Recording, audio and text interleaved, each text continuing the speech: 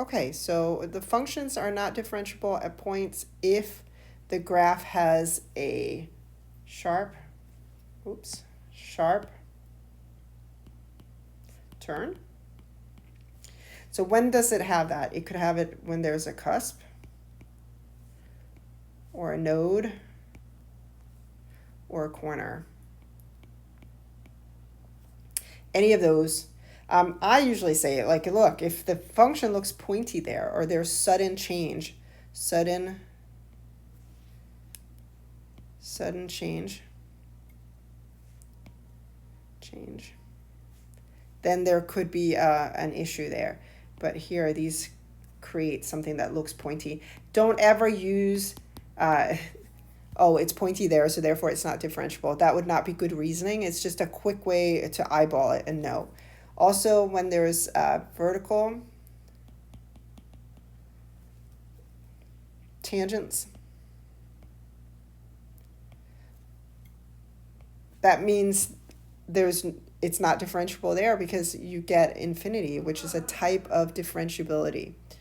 And then also we have places it's not differentiable. I just want to add at an endpoint, That's not considered differentiable. All right, so theorem 3.1, differentiability implies continuity. Part of what we have to do is we want to show that if I know that something is differentiable at a particular value for x, then I also know it's going to be continuous there. So just as a little side note, if we could somehow show that the limit as x approaches c of f of x is equal to f of c, which is, remember, the limit from the left at c and the right at c. If they're equal, then the limit exists. That implies that right here. And that limit has to equal the value at c. So that is our goal. So if I'm going to kind of start with a little, it's almost like an algebraic trick to help us do that. So we're going to start with finding the limit as x approaches c of f of x minus f of c. And then we're going to algebraically manipulate a little bit by multiplying inside the limit by essentially 1. We're going to multiply by x minus c over x minus c times f of x minus f of c. And then rearrange it a little bit. So we have the limit as x approaches c of, I'm going to use the denominator here to put underneath f of x minus f of c, because that is basically the definition of the derivative. It's just the alternate one that we found in the do now. So we have so far x minus c, and then times f of x minus f of c over x minus c, like that. And then we're going to rewrite them and separate the limits into two separate ones. Limit of f of limit as x approaches c of x minus c times the limit as x approaches c of f of x minus f of c all over x minus c, like that.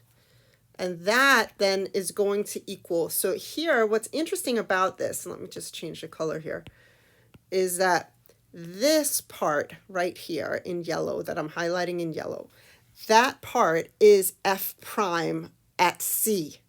So that's some constant. So in this case we end up with, if I apply the limit on the left-hand side, just to highlight that one, this one in blue, I can just substitute in. So that's going to give me c minus c. And then the part in yellow is going to be f prime at c, like that, which is then equal to 0 times f prime at c, which is equal to 0.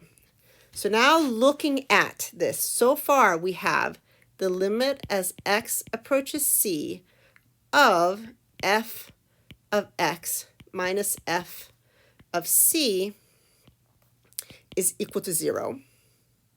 I can rewrite that as the limit as x approaches c of f of x minus the limit as x approaches c of f of c is equal to 0. And the part that I'm highlighting, let's pick pink. In pink right here, if I apply the limit to just that part, it is going to, f of c is some constant. So that means I'm taking the limit at any, it doesn't really matter what value I'm taking the limit at. If you're taking the limit at any value of a constant, it's just going to be that constant.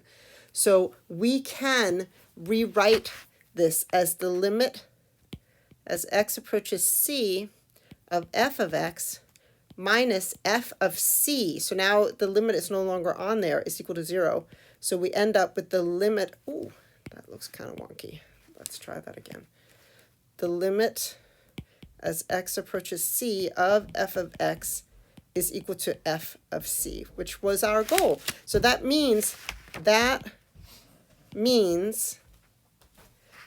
f of x must be continuous at x is equal to c. So does differentiability imply continuity? Definitely, yes.